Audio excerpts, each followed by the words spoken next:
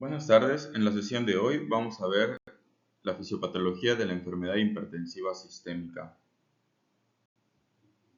Y vamos a iniciar hablando de la regulación fisiológica de la presión arterial. Y vamos a empezar hablando de los principales mecanismos que podemos utilizar para regular la presión arterial.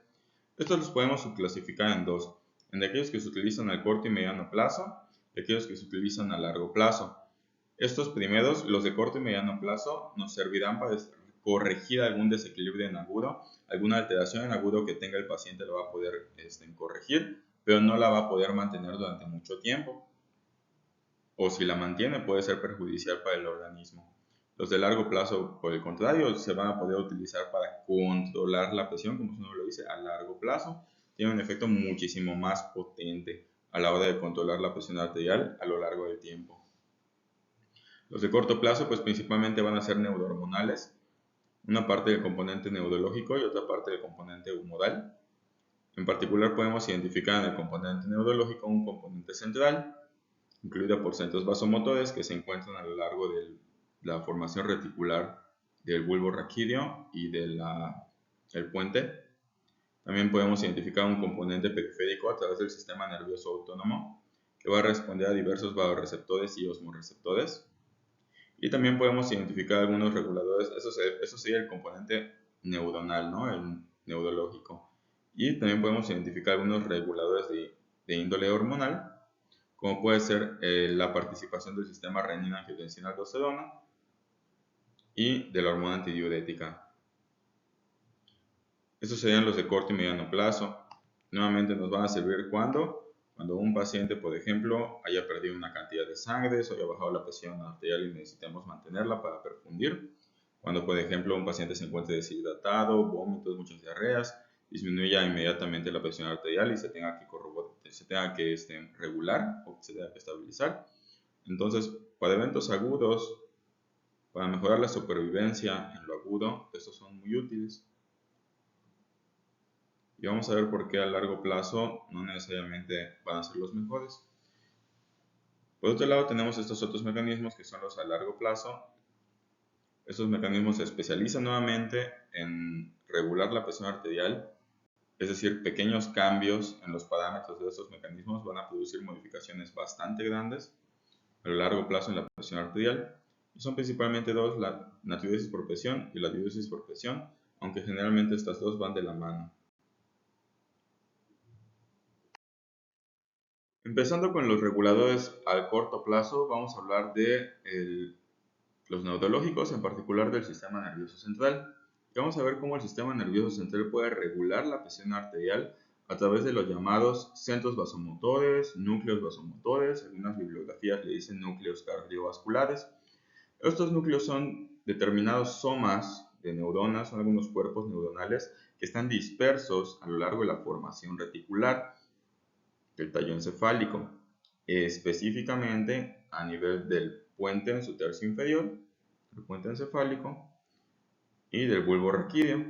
Entonces, a lo largo de la formación reticular de esta zona vamos a encontrar diversos cuerpos neuronales que van a funcionar como centros vasomotores, los principales integradores o reguladores de la presión arterial. Entonces, esos centros vasomotores vamos a identificar como acá pueden identificarse algunos que pueden ser vasoconstrictores, algunos que son cardioinhibidores, algunos que son vasodilatadores, pero en general sobre dónde van a influir, sus referencias hacia dónde van a ir hacia lo que es las fibras del corazón. Por ejemplo, los cardioinhibidores bajan por la vía parasimpática, ¿no? Para producir bradicardia, disminuir lo que es el gasto cardíaco. El vasoconstrictor baja a través de la vía simpática también para activar lo que son o estimular el tono simpático vasomotor. Y el vasodilatador lo principal que va a hacer es inhibir al vasoconstrictor, ¿no? Entonces ya no se va a activar esa vía simpática. Entonces vamos a ver cómo en general estos centros vasomotores pueden influir directamente sobre la frecuencia cardíaca, ¿sí? Y también pueden influir sobre lo que es el sistema nervioso autónomo. Aquí podemos ver cómo, por ejemplo, hay muchas cuestiones externas que pueden influir sobre lo que es el centro vasomotor. Aquí podemos ver cómo tenemos influencias desde lo que es el sistema límbico, en lo que es el núcleo temporal, los núcleos prefrontales, la corteza motora, ¿sí? Entonces hay diferentes diferentes zonas de la corteza cerebral que van a influir finalmente en este centro vasomotor, que nuevamente acá está marcado como un solo puntito, pero pues se encuentran completamente dispersos a lo largo de la formación reticular, ¿no? Notemos también cómo podemos integrar algunas respuestas de lo que es el hipotálamo y el tálamo. Entonces, ¿esto qué significa o cómo se va a manifestar? Bueno, esto significa que hay muchos factores que pueden llegar a influir en lo que es la presión arterial, ¿no? Acá podemos ver cómo la participación del sistema límbico puede hacer que algunas emociones fuertes puedan producir alteraciones en la presión arterial. Emociones fuertes como el estrés intenso, ira, también alguna depresión o estados de ansiedad pueden producir alteraciones en la presión arterial, ¿no? Esa es la vía que los conecta. También podemos ver cómo la activación de la corteza motora, por ejemplo, en el ejercicio que se está activando constantemente, también puede producir alguna modificación de lo que es el centro vasomotor. Y acá podemos identificar también cómo el hecho de que tengamos una conexión entre el hipotálamo y el centro vasomotor implica que también hay algunas intervenciones de índole circadiano o relacionadas a la temperatura, ¿no? Que pueden producir una influencia sobre la presión arterial. Entonces acá lo que vale la pena que recordemos es cómo todas estas cuestiones de índole cerebral, todas estas funciones mentales superiores, emociones, estrés, ejercicio, temperatura, en general muchas funciones mentales superiores pueden influir sobre el control de la presión arterial, ¿no? Ya habiendo hablado de cómo el sistema nervioso central puede regular la presión arterial, vamos a hablar ahora de cómo el sistema nervioso periférico la puede regular. Y para ello principalmente vamos a partir de lo que son los vasoreceptores. Los vasoreceptores son estructuras especializadas que se encuentran en las paredes de algunas arterias y las aurículas sobre las cavidades cardíacas, que son muy sensibles a la distensión. Mientras más distendidas se encuentran esas estructuras, principalmente en el seno carotidio, en el callado aórtico, en las paredes de las aurículas, principalmente los podemos identificar. Mientras más distendidas se encuentran esas estructuras, generalmente secundarios a aumentos en las presiones, ¿no? O sea, aumenta la presión en la carótida, eso va a hacer que se distienda la pared de la carótida, eso hace que se distienda la pared del seno carotidio y los vasoreceptores que están acá pues empiezan a sentir esos cambios en la tensión de la pared, ¿no? Entonces estas sustancias, estas neuronas, perdón, mientras más se distiendan, más señales van a empezar a mandar por vías aferentes, principalmente a través de los pares craneales 9 y 10, dependiendo del origen anatómico, van a mandar sus potenciales de acción hacia el núcleo del tracto solitario, aquí en el bulbo raquídeo. Y aquí vamos a empezar a tener algunos relevos, algunos de origen excitatorio, algunos de origen inhibitorio, pero lo principal que va a pasar es que el hecho de que se empiezan a distender va a culminar con la activación de unas neuronas GABAérgicas que van a inhibir a las astas laterales, a la porción sustancia gris medio lateral, ¿no? Las astas laterales en las columnas torácicas y toracolumbar, que recordemos que estas son las neuronas preganglionales, ¿sí? Preganglionales de la cadena simpática. Entonces acá tenemos los ganglios simpáticos, entonces tenemos esta neurona. Si nosotros distendemos esta estructura, esta neurona empieza a mandar más estímulos con mayor eficacia, o sea, con mayor velocidad, empieza a mandar más estímulos hacia el tracto solitario. En el tracto solitario empiezan a ocurrir algunas vías de relevos que van a culminar con la activación de neuronas GABAérgicas que van a inhibir a las astas laterales de la médula espinal. Entonces notemos cómo la hiperactivación de estas neuronas a través de la distensibilidad de la arteria, del callado aórtico, del seno carotidio, de las paredes auriculares, generalmente por una elevación de la presión. Este tipo de actividad va a culminar con la inhibición de las fasas laterales, disminuyendo el tono simpático, y al disminuir el tono simpático se produce una vasodilatación y una bradicardia. Entonces vemos como esta bradicardia disminuye el gasto cardíaco, lo que busca regular o disminuir lo que es la presión arterial, y la vasodilatación disminuye las resistencias vasculares periféricas, que también va a disminuir la presión arterial. Aquí podemos identificar también cómo parte de las fasas laterales también pueden mandar fibras hacia lo que es la médula suprarrenal para la liberación de catecolaminas.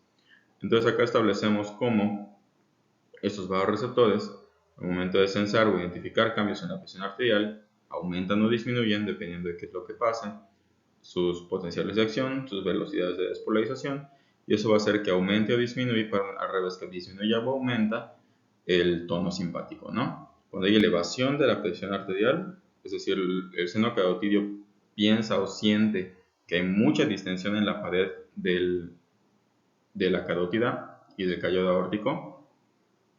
Entonces, cuando siente que hay mucha distensión, ¿qué es lo que va a pasar? Piensa, bueno, pues está elevada la presión arterial. Entonces, si está elevada la presión arterial, me empiezo a activar para empezar a inhibir el tono simpático. Si inhibe el tono simpático, se produce bradicardia, disminuye el gasto cardíaco, disminuyen las resistencias vasculares periféricas y eso ayuda a disminuir la presión arterial.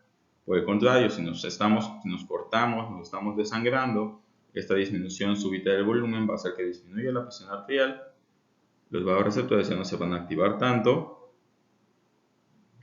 y al no activarse tanto los vasoreceptores, entonces ya no se va a activar estas neuronas GABAérgicas, ¿no? O sea, disminuye las ofensas del núcleo eléctrico solitario. Lo que importa es que esta transmisión GABAérgica disminuye. Y como disminuye la GABAérgica, que es inhibitoria, el resultado es aumentar el tono simpático, ¿no? Aumenta el gasto cardíaco, aumenta la liberación de catecolaminas y aumenta también las resistencias vasculares periféricas, ¿no? Y en general lo que va a ocurrir es que va a elevarse la presión arterial. Notemos aquí cómo entonces establecemos un circuito de retroalimentación negativa, ¿no? Elevaciones de la presión arterial producen cambios fisiológicos para volverla a disminuir, y descensos de la presión arterial producen cambios fisiológicos para poderla aumentar. Perdón.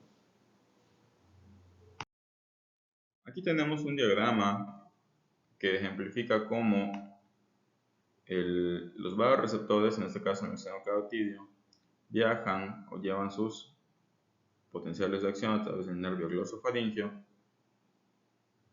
Todas esas aferencias lo llevan básicamente hacia el núcleo del tracto solitario.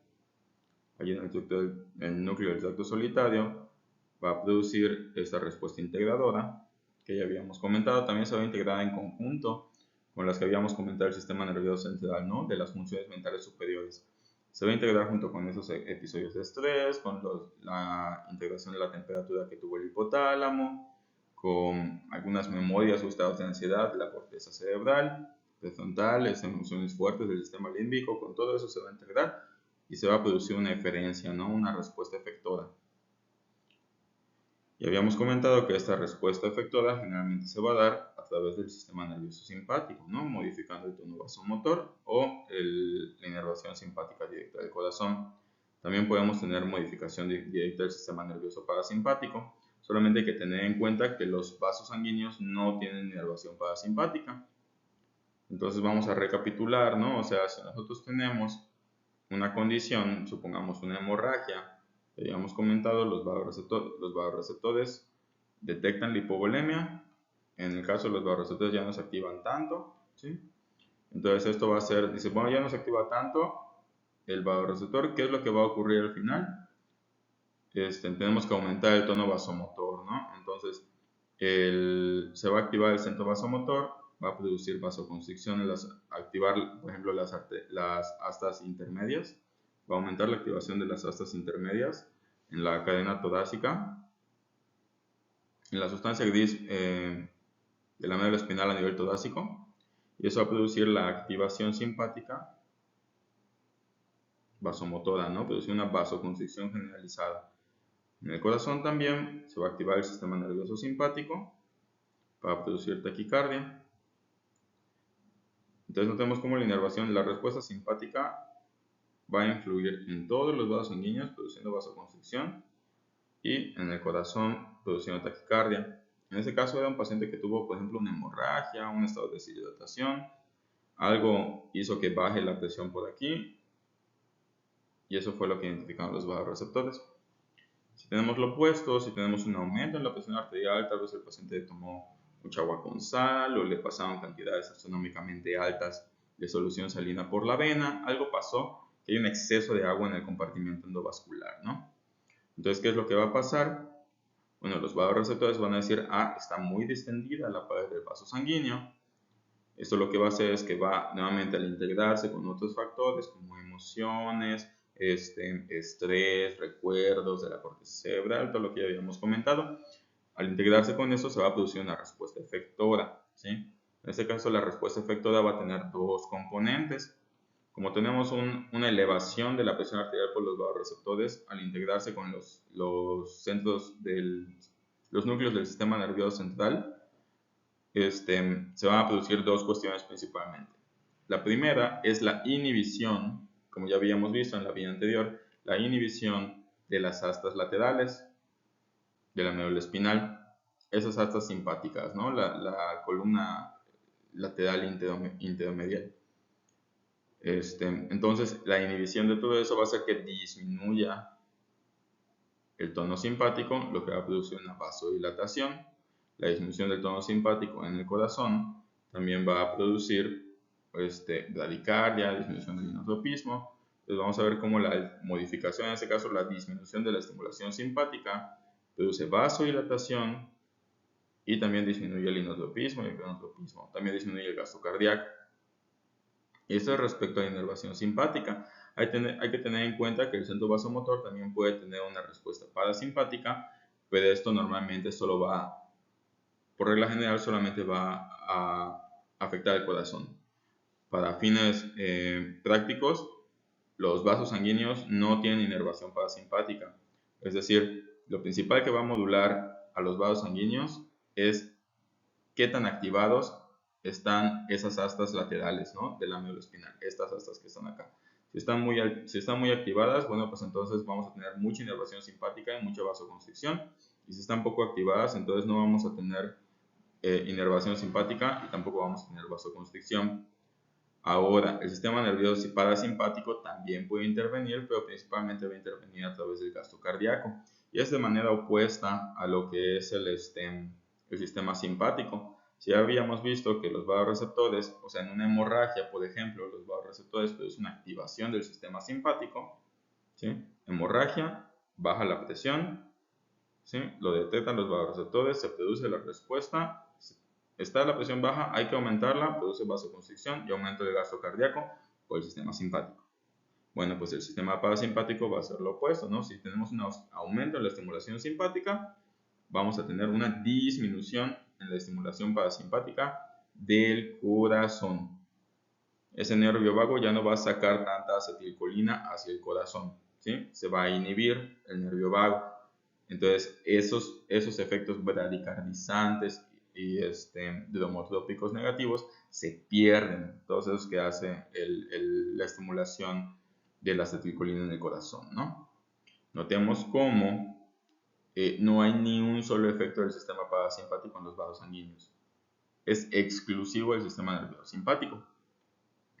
Y entonces fue una hemorragia, y al revés, ¿no? Si tenemos una sobrecarga hídrica, los vasoreceptores se sobreactivan. La sobreactivación va a decir el sistema nervioso, lo que va a integrar es, bueno, hay demasiada sangre, entonces está muy alta la presión arterial, entonces vamos a relajarnos, ¿no? Disminuye el tono simpático, produce vasodilatación, produce bradicardia, y el tono parasimpático pues va a aumentar, nuevamente el parasimpático cardíaco, ¿no? Entonces disminuye el tono simpático, ya no se libera tanta noradrenalina en esos receptores del corazón, ya no se produce tanta taquicardia porque ya no hay esa activación simpática cardíaca, y además tenemos estimulación parasimpática del corazón, produciendo todavía un poquito más de bradicardia. Habiendo ya identificado los principales componentes que influyen en la regulación neurológica de la presión arterial, vamos a integrar ahora qué es lo que pasa cuando el cerebro se encuentra en isquemia, ¿sí? Imaginémonos que nosotros tenemos aquí las neuronas, se encuentran, y aquí tenemos lo que es el bulbo raquídeo o la médula oblongada, ¿no? Bueno, pues si algo ocurre que estas neuronas empiezan a entrar en isquemia, lo que van a decir es, o lo que va a ocurrir en ese momento es una hiperactivación de esos centros vasomotores. ¿Por qué? Porque como hay una isquemia, lo que van a sentir las neuronas es que dicen, bueno, no está habiendo suficiente perfusión, entonces tenemos que aumentar lo más posible la presión arterial para garantizar nuestra perfusión. Entonces, en ese momento, cuando esas neuronas del centro vasomotor entran en isquemia, se va a producir un reflejo de hipertensión sumamente potente, ¿sí? Se va a hacer una hiperactivación del sistema nervioso simpático. Esas fibras ya vieron que al principio se podían integrar. Teníamos que tener reflejos de los vasoreceptores, integrar cómo se encontraba la corteza cerebral, cómo se encontraban nuestras emociones. Bueno, pues cuando esas neuronas del centro vasomotor entren en isquemia, nada de todo lo demás va a importar. Nada de eso va a influir. Va a decir, ¿sabes qué? Estoy en isquemia, tengo que activar ahorita el centro vasomotor, tengo que producir una hiperestimulación simpática. No hay de otra, ¿sí? Entonces, eso es lo que va a ocurrir, ese es el reflejo, es lo que se identifica. Cuando se produce isquemia en esta región, se produce hipertensión por el sistema nervioso autónomo. ¿Cuál es la idea? ¿Cuál es la premisa de eso? La premisa de eso es restablecer la presión de perfusión. Hay que hacer que esas fuerzas de Starling permitan la perfusión cerebral adecuada, cueste lo que cueste. Cueste lo que cueste. Aunque ese exceso de presión arterial rompa un vaso sanguíneo y produzca una hemorragia, aunque ese exceso de la presión arterial rompa un trombo y produzca un infarto, lo importante acá es que se mejore esa presión de perfusión, ¿sí? Mejorar la presión de perfusión cueste lo que cueste. Y es tan intensa que puede inclusive elevar la presión arterial hasta los 250 milímetros de mercurio. No es un mecanismo de control rutinario, no se utiliza cotidianamente, se utiliza exclusivamente en casos de emergencia. Aquí básicamente lo que podemos identificar es cómo este centro vasomotor ignora cualquier cuestión, cualquier reflejo de los vasoreceptores, cualquier reflejo de la corteza cerebral y va a mandar directamente una estimulación simpática intensa, ¿no? hacia lo que son los vasos sanguíneos periféricos. Y aquí vemos que se presenta principalmente cuando la presión arterial está por debajo de los 60 milímetros de mercurio. En esta imagen tenemos un diagrama fisiopatológico del llamado reflejo de Cushing o tirada de Cushing, que se presenta o es desencadenada principalmente por un aumento de la presión intracraneal. Aquí vemos como un aumento de la presión intracraneal por fuerzas de Starling.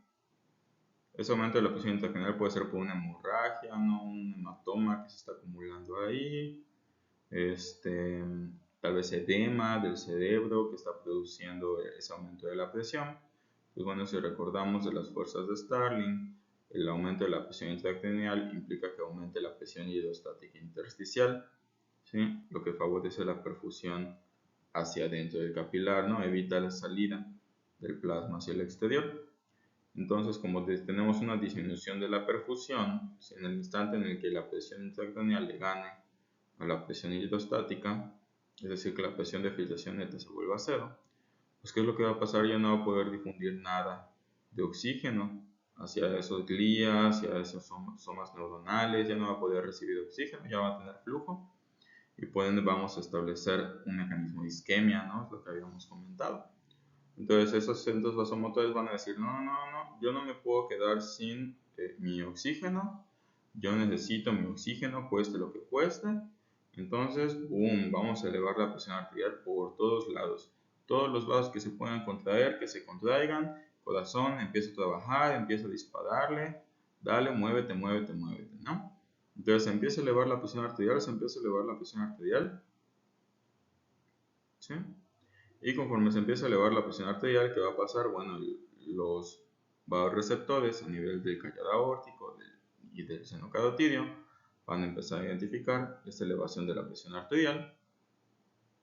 Entonces, cuando estos vasoreceptores lo detecten, idealmente imaginemos que aquí está el vasoreceptor. Aquí está, vamos a hacer el callado aórtico, ¿no? Aquí está el vasoreceptor.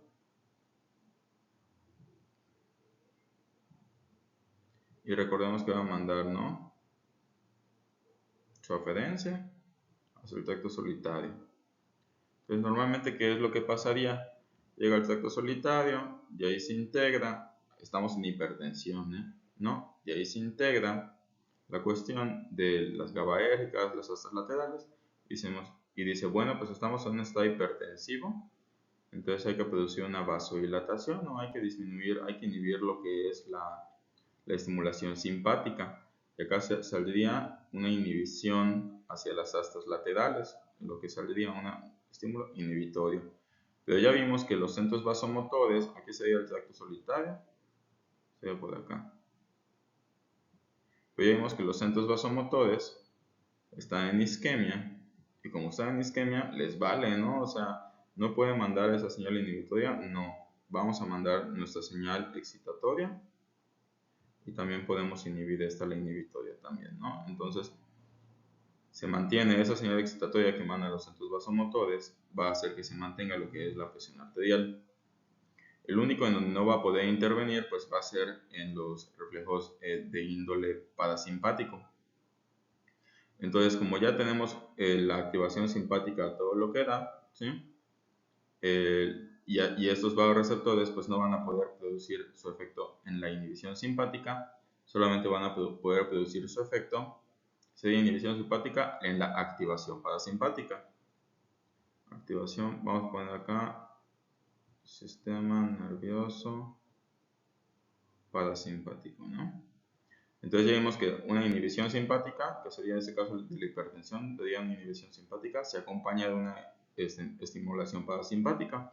La estimulación parasimpática ocurre a nivel del corazón, ¿no? Vimos que los vasos sanguíneos no tienen fibras parasimpáticas sobre el corazón. Entonces esa estimulación parasimpática nos va a producir bradicardia refleja. Y la alteración de los centros ventilatorios van a producir un patrón respiratorio irregular, en algunos casos braipnea, en algunos casos un patrón apneústico. Entonces acá vemos cómo la hipertensión intracraneal desencadena isquemia cerebral, que produce la elevación de la presión arterial, que produce la elevación de la presión o la percepción por los vasoreceptores. Intentan inhibir el estímulo simpático, pero no pueden, ¿sí? Las neuronas vasomotoras están mandando su estímulo a todo lo que da. Entonces lo único que pueden hacer entonces, como no pueden inhibir el simpático, pues estimulan el parasimpático, se produce la bradicardia, y además de eso el edema que se encuentra circunferencial o la isquemia circunferencial a los centros vasomotores pueden producirnos alteraciones en la ventilación, ¿sí? Pero la explicación de la presión arterial y la bradicardia pues es esa, en el caso del reflejo de Cushing. Ya que hablamos de los mecanismos de regulación neurológica de la presión arterial, ahora vamos a hablar de los mecanismos hormonales o humorales. Estos también son mecanismos de control a corto o mediano plazo de la presión arterial. Vamos a empezar hablando del sistema renina-angiotensina-aldosterona. Este es un sistema de retroalimentación negativa que también sirve para regular la presión arterial. En este caso, el receptor inicial se va a encontrar en el aparato yuxtaglomedular, compuesto principalmente de la mácula densa que se encuentra en el túbulo contorneado distal, las células yuxtaglomedulares y también las células extraglomedulares mesangiales o las células del mesangio. Entonces este aparato yuxtaglomedular lo principal que va a hacer es que va a detectar cambios en la concentración de sodio o en la presión arterial, y a partir de ahí va a producir una respuesta efectora que va a aumentar o disminuir la presión arterial. Vamos a verlo un poquito más adelante. Aquí podemos ver en esta gráfica nada más qué tan importante es el sistema renina-angiotensina-aldosterona para producir una compensación ante estados de hipovolemia aguda. Aquí vemos como un paciente que tiene una presión arterial media de 100 milímetros de mercurio, tras un evento hemorrágico, una hemorragia inducida, si el paciente cuenta, o si la población cuenta con el sistema renina-angiotensina-aldosterona Si tenemos una funcionalidad adecuada, podemos recuperar la presión arterial relativamente rápido. En cambio, cuando no contamos con el sistema renina-angiotensina-aldosterona, la presión no la podemos recuperar con tanta eficacia, ¿no? Entonces, ya habíamos comentado cómo modificaciones en la concentración de sodio o en la presión arterial van a inducir una respuesta del aparato glomerular. Por ejemplo, una disminución en la cantidad de sodio, la concentración de sodio a nivel de la mácula densa, ¿sí? Aquí en lo que es el túbulo motorneado distal, va a producir una modificación con la óxido nítrico sintasa para liberación de óxido nítrico que va a desencadenar en la liberación de renina. La renina posteriormente va a favorecer la conversión de angiotensinógeno en angiotensina tipo 1. La angiotensina tipo 1 en tejidos periféricos, principalmente a nivel del pulmón, se va a convertir en angiotensina 2 a través de la enzima convertidora de angiotensina. Y la angiotensina 2 ahora sí va a poder acudir directamente a los receptores de angiotensina, estimularlos para producir una vasoconstricción para elevar la presión arterial, y también puede ir a lo que es la corteza suprarrenal a nivel de la pares glomerular para favorecer la liberación de aldosterona. La aldosterona va a favorecer la reabsorción tubular de sodio y agua, mejorando lo que es la cantidad de sodio, la concentración de sodio plasmática, la cantidad, no la concentración, y mejorando también la volemia y por ende mejorando la presión arterial. Entonces acá vemos cómo una disminución del sodio, por ejemplo, puede desencadenar todo este mecanismo que va a favorecer la reabsorción de sodio y agua, el aumento del volumen endovascular y el aumento de la presión arterial. Así como ese mecanismo en este caso fue la disminución de sodio, pues también puede deberse a lo que es una disminución directa de la presión arterial. Una disminución directa de la presión arterial en las células yuxtaglomerulares van a producir directamente la liberación de renina y eso va a desencadenar la misma respuesta, ¿no? El angiotensinógeno que se produce en el hígado se va a convertir en angiotensina 1. La angiotensina 1 va a viajar hacia tejidos periféricos, principalmente en el pulmón, va a ser convertida en angiotensina 2. La angiotensina 2 va a favorecer producir una vasoconstricción para mejorar la presión arterial, por un lado, y además de eso va a ir a la corteza suprarrenal en la parte glomerular y va a favorecer la liberación del mineralocorticoide aldosterona, ¿no? La aldosterona va a favorecer la reabsorción nuevamente de sodio y agua. Esa reabsorción de sodio y agua va a mejorar la presión arterial, ¿no? Entonces acá vemos como estos dos mecanismos desencadenantes, disminución de la presión arterial, disminución de la célula yuxtaglomerular o disminución en la concentración de sodio identificado por la célula de la mácula densa, ambos van a tener como producto final la activación del sistema renina-angiotensina-aldosterona con el aumento de la reabsorción de sodio y agua. Hay que tener en cuenta que este aumento en la presión arterial esta presión arterial es como lo identifica la célula yuxtaglomerular en la arteriola aferente. ¿Por qué comento esto? Porque, por ejemplo, si nosotros tenemos esta arteriola aferente, va a venir, dibujo acá, va a venir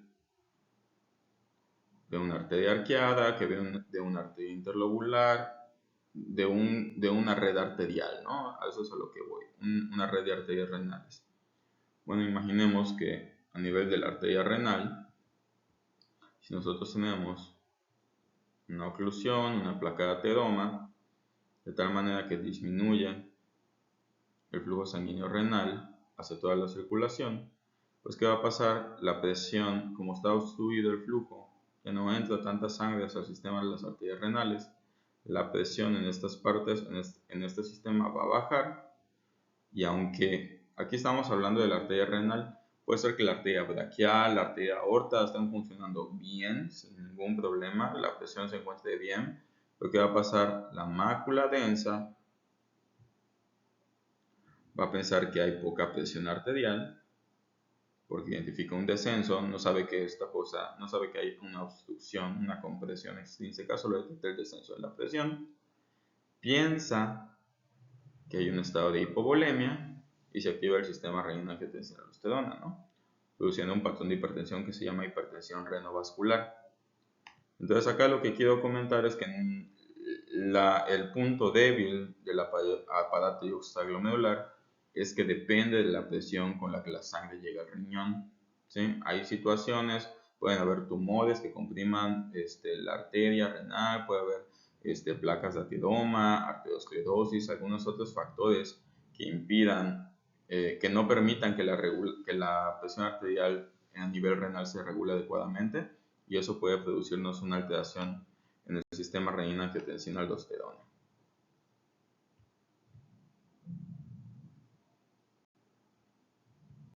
Otro mecanismo de regulación de la presión arterial de origen humoral es la hormona antidiurética o la vasopresina. Esta hormona antidiurética nuevamente se va a producir en los núcleos supraópticos y paraventriculares del hipotálamo y se va a liberar a nivel de lo que es la neurohipófisis. Y esta va a ser liberada principalmente por cambios en la osmolaridad plasmática y directamente por estimulación a través de la CDH. La CDH, vemos en endocrino, es una hormona liberadora de corticotropina y puede ser liberada por el hipotálamo principalmente ante situaciones de estrés o como retroalimentación negativa de las vías del cortisol. Lo veremos más adelante. Pues bueno, cambios en la osmolaridad o aumentos en lo que es tiene que haber un aumento en la osmolaridad plasmática o aumentos en lo que es la estimulación por la CDH o situaciones de estrés. Lo que van a hacer es que la neurohipófisis libere esas vesículas que tenía almacenadas, ¿sí? Recordemos que se crean acá, se sintetizan la ADH en los somas, en el hipotálamo, en los núcleos del hipotálamo, y viajan a través de los axones por la neurohipófisis, y ahí es en donde se libera hacia hacia la circulación periférica, ¿no? Hacia ese sistema porta, pero en general hacia la circulación sistémica. Entonces la hormona antidiurética va a actuar sobre dos tipos de receptores, los tipos B1, los cuales van a inducir directamente una vasoconstricción, principalmente a través de receptores GQ, y los receptores B2 a nivel del riñón. Los receptores B2 a nivel del riñón van a favorecer el acoplamiento de canales de acuopodina en lo que es la membrana del riñón, la membrana celular. Tenemos la célula y se van a empezar a establecer canales de acuopodina, y esos canales de acuopodina lo que van a hacer es que van a permitir o van a favorecer la reabsorción de agua, y de agua exclusivamente, ¿no? Solamente de agua. Entonces, ¿y en dónde va a ocurrir eso? Principalmente a nivel del túbulo colector, también puede ocurrir un poquito a nivel del túbulo contorneado distal, pero principalmente a nivel del túbulo colector. Entonces, ¿qué es lo que va a hacer esto? Esta hormona antidiurética, por un lado, está produciendo vasoconstricción, lo que va a aumentar la presión arterial, y los canales de acuopodina están favoreciendo la reabsorción de agua exclusivamente, también lo que va a aumentar la volemia y por ende aumentar la presión arterial, ¿no? Tenemos un aumento del volumen intravascular, ¿sí? Y eso en general va a mejorar la presión arterial. ¿Por qué los cambios en la osmolaridad? Bueno, ¿por qué los cambios en la osmolaridad producen o activan la liberación de hormona antidiurética? Principalmente porque como se reabsorbe agua sola, no se reabsorbe junto con sodio, eso va a diluir la sangre, va a diluir el plasma, ¿no? Entonces va a hacer este aumento en la osmolaridad.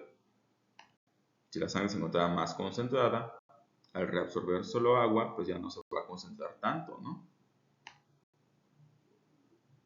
Y aquí nada más también vale la pena tener en cuenta que hay descensos bastante intensos de la presión arterial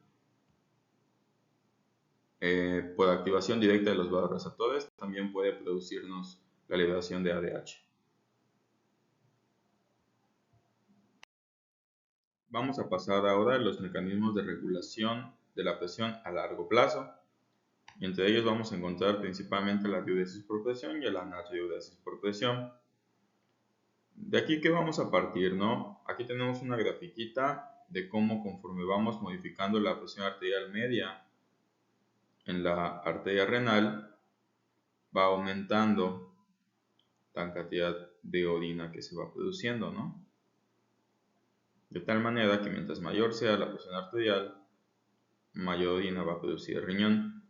Y eso tiene sentido porque si pensamos en el glomérulo, mientras mayor sea la presión, mayor es la tasa de filtración glomerular y la presión neta de filtración, y por ende mayor es la cantidad de orina producida, ¿no?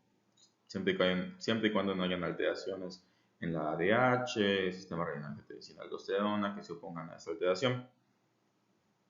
Pero en general, mientras mayor sea la presión, mayor es la tasa de filtración neta y por ende mayor es la producción de orina. Entonces de ahí deducimos esto, ¿no? Mientras mayor sea la presión en las arterias renales, mayor es la diuresis. ¿De qué es lo que habíamos comentado? Eso depende exclusivamente de la presión en las arterias renales. Si el paciente tiene un tumor que comprime la arteria, que disminuye la presión, tiene una placa de ateroma que disminuye el diámetro del vaso sanguíneo, de la luz del vaso sanguíneo, lo que disminuye la presión, entonces pues vamos a tener una disminución en la presión en la arteria renal, no necesariamente en todo nuestro sistema arterial, no nuestro sistema cardiovascular, y esa disminución va a tener su reflejo consecuente con la disminución de la producción de orina, ¿no? Muy bien, vamos a explorar entonces qué es lo que ocurre para que se dé la regulación de la diuresis por presión. Esto es básicamente como un ciclo infinito que se va a producir entre la ingesta de sal y agua y la eliminación de sal y agua. Acá tenemos dos gráficas. Una gráfica es la gráfica de eliminación de acuerdo a la presión arterial media. Mientras mayor sea la presión arterial media en la arteria renal, mayor agua y sal se va a eliminar a través de la diuresis y la diuresis por presión, como vimos anteriormente. Y por otro lado tenemos otra gráfica en la que simplemente muestra la cantidad de agua y sal que estamos consumiendo. Donde acá se encuentra a nivel de 1 es la cantidad normal, la que se está consumiendo, pero si la duplicamos, comemos el doble de sal, aumentaría la barrita, el cuádruple de sal y agua, se elevaría todavía un poquito más, ¿no? Entonces esta grafiquita lo que nos está diciendo, o lo que está comparando es, de acuerdo a la presión arterial media, cómo aumenta la excreción urinaria, la diuresis y la natriuresis, y por ende cómo se pierde el líquido, por así decirlo, y por otro lado la cantidad de líquido que podemos ingerir, líquido y, agua, y sal que podemos ingerir. Entonces estas dos gráficas se van a intersectar en un punto que denominaremos punto de equilibrio, es este de acá. ¿Y qué es lo que nos dice, o qué es a lo que quiero llegar? A que la presión siempre va a buscar regresar al punto de equilibrio. ¿Por qué? Imagínense que normalmente consumimos una cantidad de sal y agua ya estimada, 2 gramos de sal, 2.3 gramos de sal, 2 litros de agua, y esa cantidad, bueno, hicimos eso y de repente, no sé, fuimos a donar sangre, ¿no?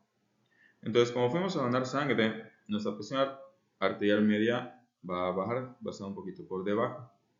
Imaginemos que en lugar de que llegue a 100, que es donde está marcado aquí el punto de equilibrio, llegue, no sé, a 70, a 80, ¿no? Entonces, ¿qué es lo que va a pasar? Como estamos en 80, vean dónde estamos en la gráfica roja. Estamos por debajo del punto de equilibrio. Entonces, la cantidad de orina que se va a producir va a ser poquita, ¿sí? Va a disminuir, se produce poca orina y nosotros seguimos ingiriendo líquido y agua. Entonces, ¿eso qué va a hacer? Va a hacer que la presión poco a poco vuelva a subir, porque debido al mecanismo de diuresis por presión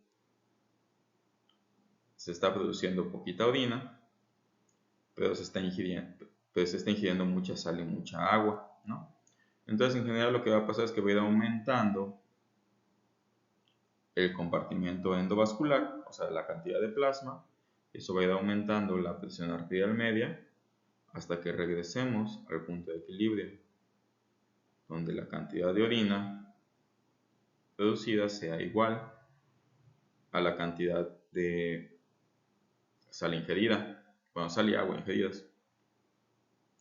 Y al revés, ¿no? Si, por ejemplo, estamos así en el punto de equilibrio y de repente tenemos un evento hipertensivo, una sobredosis de catecolaminas, algo que haya producido una vasoconstricción intensa, aumenta la presión. Bueno, pues entonces, como nos estamos más arriba, en la gráfica de eliminación urinaria, de producción de orina, pues entonces, o sea, tenemos la presión más alta a nivel de la arteria renal, vamos a empezar a eliminar más orina, ¿sí? En este caso eliminamos el doble, ¿no?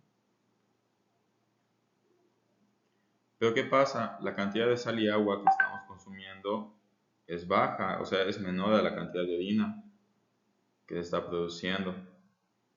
Entonces, esa gráfica va a ir bajando, vamos a ir eliminando más líquido del que ingerimos y más sal de la que ingerimos, y eso va a hacer que la presión vaya disminuyendo y por ende la cantidad de orina que se produce también va a ir disminuyendo hasta que regresemos al punto de equilibrio de la cantidad de orina que se produce.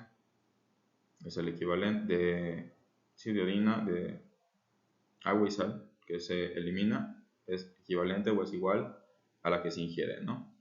Entonces notemos como cuando quedamos por debajo buscamos regresar al punto de equilibrio y cuando quedamos por arriba buscamos regresar al punto de equilibrio.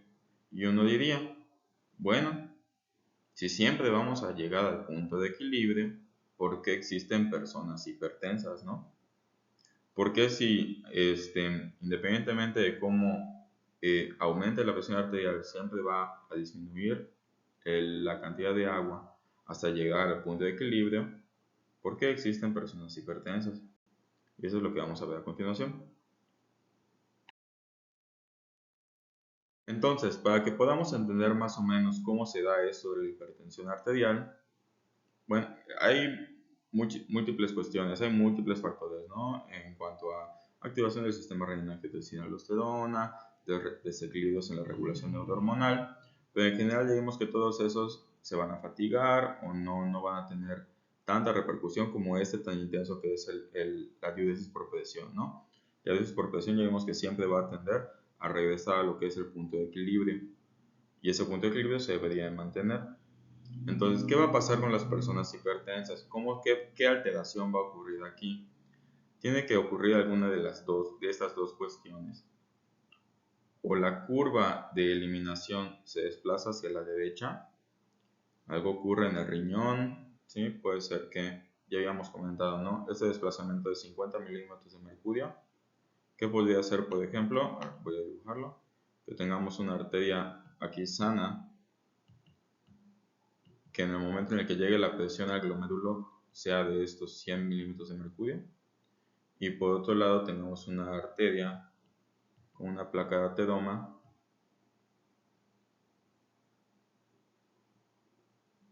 que disminuya la presión hasta 50 milímetros de mercurio, por ejemplo, ¿sí? Lo disminuyó a 50 y tengamos que volver a aumentar toda esta presión arterial para empezar a tener los mismos efectos. Ese es un ejemplo. Además de eso, también puede ocurrir modificaciones en el parénquima renal, en el estoma renal, que hagan más difícil la diuresis o la producción urinaria, y eso también desplazaría nuestra curva. Entonces podemos identificar acá como bastantes nefropatías, condiciones que intervengan directamente en el parénquima renal, van a desplazar la curva esta de eliminación urinaria hacia la derecha. El riñón va a ser menos capaz de filtrar, ¿sí? Es la nefropatía, menos capaz para producir orina, y vamos a necesitar entonces mayores presiones para empezar a producir esa orina, ¿sí? Entonces acá es un mecanismo, como ya está fallando el riñón, y el mecanismo del cuerpo es evitar o que la cantidad de líquido que se ingiere sea igual a la cantidad de líquido que sale. Entonces vamos a tener que elevar la presión necesariamente para que se pueda eliminar ese líquido que se está ingiriendo. Si no se elimina ese líquido que se está ingiriendo, vamos a empezar a tener problemas de edema, de hemadura de pulmón, edema laríngeo y esas otras cuestiones, ¿no? Datos de sobrecarga hídrica. Entonces, para que no exista eso, vamos a tener que aumentar, desplazar el punto de equilibrio hacia la derecha, intersecarlo nuevamente con nuestra curva de nuestra recta de ingesta. Y vamos a ver cómo ahora en este punto, ahí es en donde vamos a tener nuestro nuevo punto de equilibrio y la presión aumentó. Ya no vamos a buscar mantener la presión arterial media de 100, ¿sí?, para mantener esa eliminación de orina igual a la ingesta, sino que vamos a tener que llegar hasta 150 para producir ese mismo efecto de eliminación. Y otra manera de modificar el punto de equilibrio es elevando o disminuyendo lo que es la línea basal, la línea de ingesta. En lugar de comer lo que comemos normalmente, duplicamos, hicimos un challenge en TikTok de comer sal, o tomamos 50 litros de agua por otro challenge o algún concurso o algo así. Bueno, pues entonces la cantidad de líquido aumentó sustancialmente y el cuerpo va a tener que eliminar, y eso lo tenemos que hacer también de manera diaria, ¿no? O sea, constantemente. Y para que ese líquido no se quede adentro del cuerpo y salga, pues entonces vamos a tener que aumentar la presión arterial, perdón, para eliminar ese exceso de líquido, ¿no? Notemos como ahora el punto de equilibrio está aproximadamente a los 150-160 mililitros de mercurio en comparación con los 100 que se encontraban antes.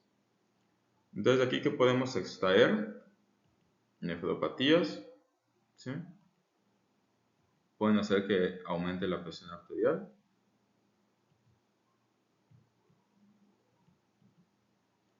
Y aquí tenemos que dietas ricas en sodio también pueden producirnos eso, ¿no?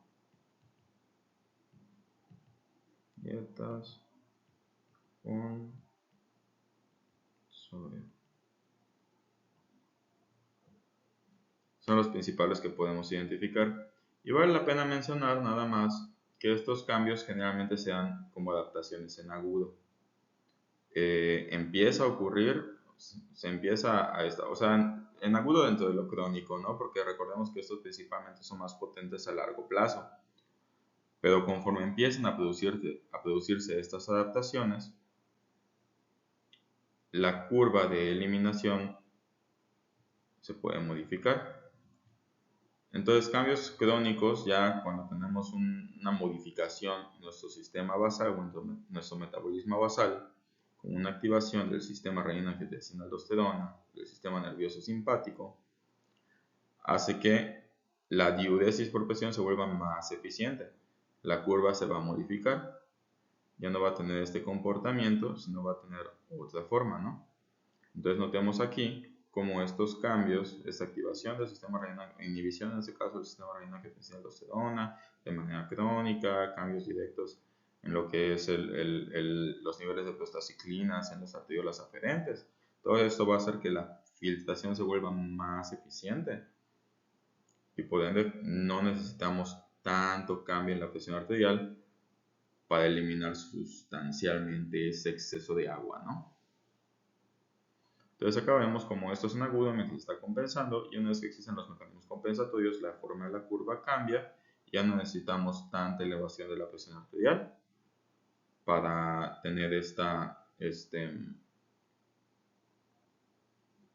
eliminación del exceso de agua. Vamos a hablar también de algunos reguladores de tipo endotelial de la presión arterial. Aquí nada más vale la pena tener en cuenta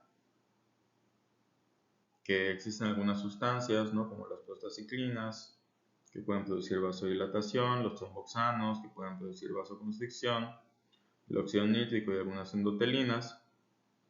El óxido nítrico también produce vasodilatación y las endotelinas producen vasoconstricción, que pues pueden producir una modificación en la presión arterial, ¿no? Eso va a depender de muchos factores, va a depender de si el endotelio se encuentra íntegro, va a depender de si existe un estado proinflamatorio en los tejidos, va a depender del sistema antioxidante del organismo, pero en general el equilibrio de estas sustancias, ¿sí?, de estas citocinas, prostaciclinas, tromboxanos, óxido nítrico y endotelinas, va a determinar cómo se encuentra en general de vasodilatado o de vasoconstreñido nuestro sistema endotelial periférico.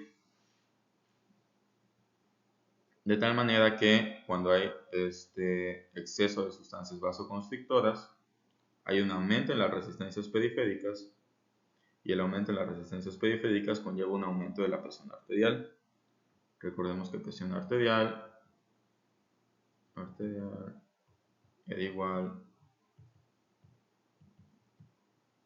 a gasto cardíaco por resistencias periféricas, ¿no? Entonces esos estados de disfunción endotelial que disminuyen la producción de óxido nítrico, aumentan la producción de endotelina, de tromboxano, de endotelinas, aumenta lo que son las resistencias periféricas y pueden aumentar la presión arterial. Es igual, son otro tipo de reguladores, es ya más crónicos establecidos, pero es más que nada como el cimiento del cual estamos partiendo para regular, para que todo lo demás actúe, ¿no? Todos los demás mecanismos que vimos empiecen a actuar. Entonces nada más es para que se conozcan estos reguladores endoteliales. Vamos a hablar ahora de algunas vías por las cuales se puede alterar la regulación de la presión arterial. Entonces acá vamos a ver cómo pueden haber en algunos ejemplos alteraciones del sistema renina-angiotensina-aldosterona. Vamos a asumir que hay una disminución en lo que es el flujo renal, ¿sí? Pueden disminuir lo que es la diuresis. Esa disminución del flujo renal puede ser con una estenosis de la arteria renal, por ejemplo, o una tumoración, como habíamos comentado. Además, de largo plazo, ¿sí? A largo plazo vemos que se va a producir una alteración en la diuresis por presión, ¿no? Se va a desplazar la curva hacia la derecha. Pero además de eso, esa arteriola aferente se va a quedar con una disminución de la presión. Ya va a disminuir también la filtración glomerular, lo que va a disminuir la cantidad de sodio en la mácula densa, y eso va a hacer que se active el sistema renina-angiotensina-aldosterona, ¿no? Ya vimos, en disminución de sodio en la mácula densa y disminución de la presión arterial en las células glomerulares. Entonces eso va a producir va a favorecer la liberación de renina con activación de angiotensina 1, de angiotensina 2, como habíamos visto. Esto va a favorecer lo que es la reabsorción de sodio, ¿sí? A nivel de riñón. Pero, ¿qué es lo que pasa, no? O sea, eso es a nivel de riñón. La estenosis está a nivel de riñón. El resto de de las arterias se encuentran bien, no tienen ningún solo problema. Entonces se va a reabsorber exceso de sodio, se va a reabsorber exceso de agua y se va a desencadenar hipertensión. Es una activación patológica del sistema renina-angiotensina-aldosterona porque el riñón piensa que hay hipovolemia o que hay hipotensión cuando no la hay. ¿Por qué lo piensa? Porque solo esto es lo que le llega. Entonces no tiene más información. Aquí tenemos otro ejemplo. Si tenemos un tumor que sea secretor de renina, entonces pues esa renina no va a poder separarse de la renina endógena, ¿no? O sea, no hay manera de saberlo, y necesariamente va a producir el angiotensinógeno, lo va a volver en angiotensina 1 se vuelve en angiotensina 2, y eso va a producir nuevamente una activación patológica del sistema renina-angiotensina-aldosterona con reabsorción de sodio e hipertensión, ¿no? Entonces, es otro mecanismo por el cual se puede desarrollar hipertensión. Si hablamos de algunas alteraciones hormonales, por ejemplo, un aumento en la liberación de la hormona antidiurética va a favorecer vasoconstricción, va a favorecer la retención de agua por canales de acuaporina y va a favorecer el desarrollo de hipertensión. En particular, como punto extra, cabe aclarar que como es ADH y solo se reabsorbe agua, esta hipertensión va a ser hiposmolar, porque solo se está reabsorbiendo agua.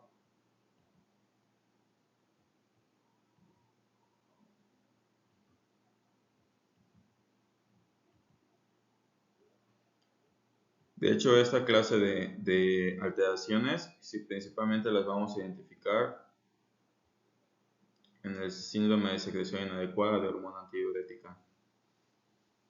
No necesariamente va a desencadenar hipertensión, puede ser que se compensa, pero sí produce una hiponatremia. También podemos identificar en algunos casos algún tumor secretor de adrenalina. Esa adrenalina directamente va a activar el sistema renina-angiotensina-aldosterona. Recordemos que las células yuxtaglomerulares también tienen receptores beta. Y la activación del sistema renina-angiotensina-aldosterona va a provocar hipertensión. Y en este caso es por un tumor que secreta la adrenalina, ¿no? Y también podemos identificar en algunos tumores secretores de aldosterona. La aldosterona normalmente favorece la reabsorción de sodio y la oxidación de potasio, sodio junto con agua, y nos desencadena hipertensión también. Y ya para finalizar, vamos a hablar de algunas alteraciones hormonales. Y vamos a empezar, por ejemplo, con la estenosis carotidia. Vamos a imaginar aquí que tenemos la arteria carótida.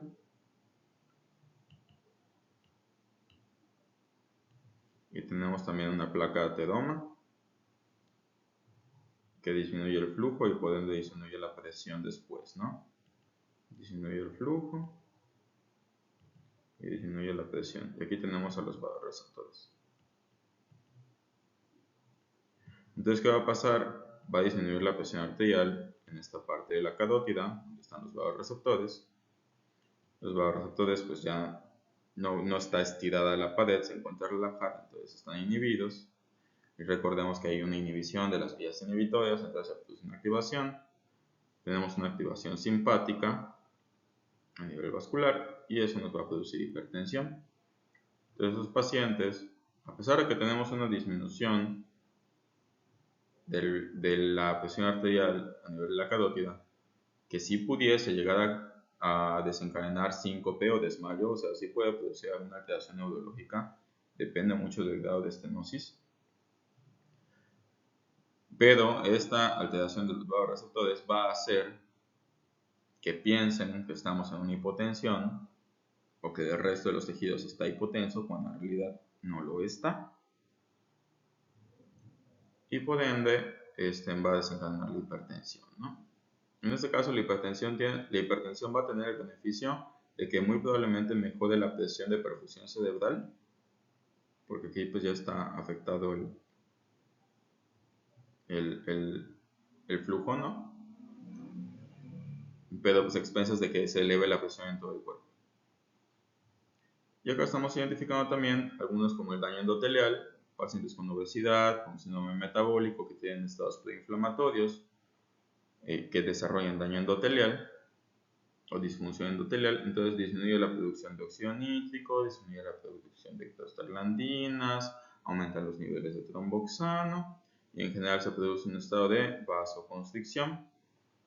Esa vasoconstricción en todos los tejidos periféricos, además de que va a producir una hipoperfusión de esos tejidos y puede producir problemas de cicatrización, problemas de infección, todo lo que conlleve la disfunción endotelial en ese tejido, va a aumentar las resistencias periféricas. Entonces, ese aumento de las resistencias periféricas, recordemos que implica un aumento en la presión arterial por la ley de Ohm. Por ende, se produce hipertensión. Una cosa más que quisiera agregar antes de que finalicemos ya la sesión. Comentamos que hay mecanismos de regulación a corto plazo, mediano plazo y a largo plazo, ¿no? Pero es donde son más eficientes. No significa que los vasoreceptores no puedan funcionar a largo plazo, puede existir una desensibilización, pero pues sigue habiendo algún tipo de actividad. Lo mismo con el sistema renina-angiotensina-aldosterona, también puede funcionar a largo plazo, aunque puede ya no ser tan eficiente. Y con la diuresis por presión y la natriuresis por presión igual pueden funcionar a corto plazo, pero tampoco son tan eficientes, no lo producen tan rápido, toman días en hacer el cambio. Entonces, ¿en dónde son más eficientes? Bueno, al corto plazo los neurohormonales y a largo plazo los renales. Nada más hay que tener en cuenta que estas alteraciones hormonales respecto al endotelio y estas otras cuestiones,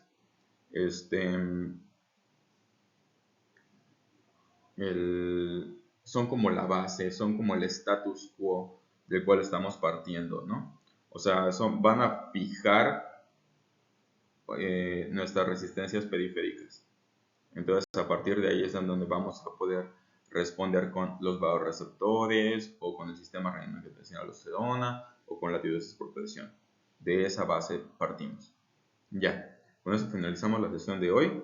Cualquier duda me la pueden hacer con toda confianza y nos vemos en la sesión del martes. Que tengan lindo día.